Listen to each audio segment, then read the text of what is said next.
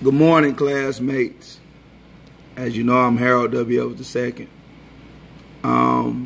This is the discussion 3 in ELI 809. The first leader that comes to mind is my father. One thing I enjoy about him is he's consistent and he's there and he's honest. The honesty is a great thing. You never have to worry about where you are with him or what he feels. He's honest and forthright. Another great leader that I had in contact with was my 11th grade American history teacher named Mr. Wills. I like that he was consistent. He stuck with what he said. He was fun and he was funny, but he gave you room to grow, but he also let you know when you weren't doing what you needed to do. One leader that I really disdained was recently when I coached my sons a year ago, their head football coach. And I was also on the staff, and he knew about my football coaching experience because I had coached in high school. It was my first year out of high school coaching. And he would purposely try to box what I was saying in and not do things for the detriment of the team because of his own personal feelings. Because really a bad leader puts themselves above the people that are following them. Because a great leader should always have the wellness of the team or the followers at the forefront of their mind. Myself as a leader is I'm very innovative.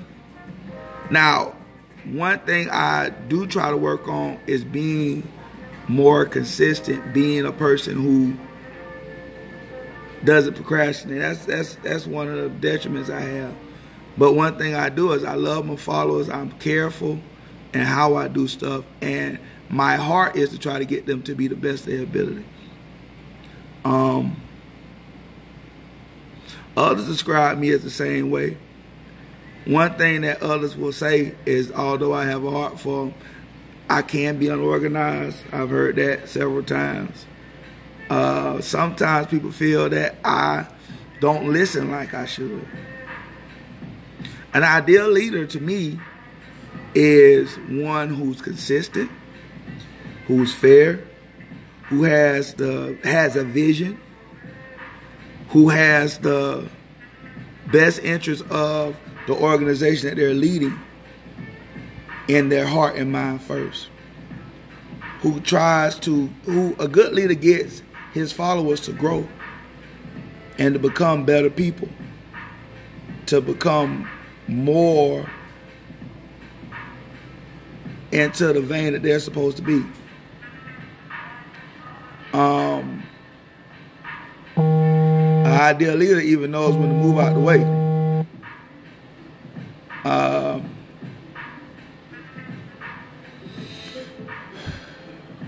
One good thing that I need to improve on, I know a couple of things I need to improve on.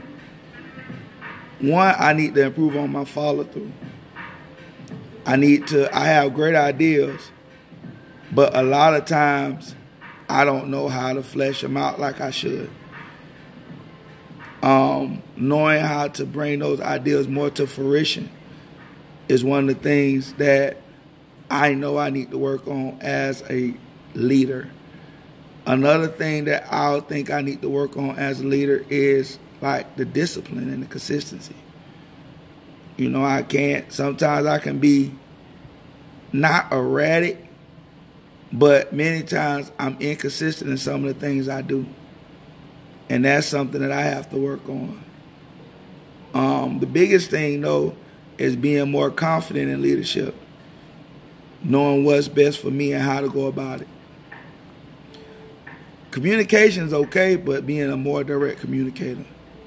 I know if I get those things correct and do those things better, that my leadership is going to go through the roof, because I am called to be a leader, and I am going to be a great one. I'm going to perfect my craft.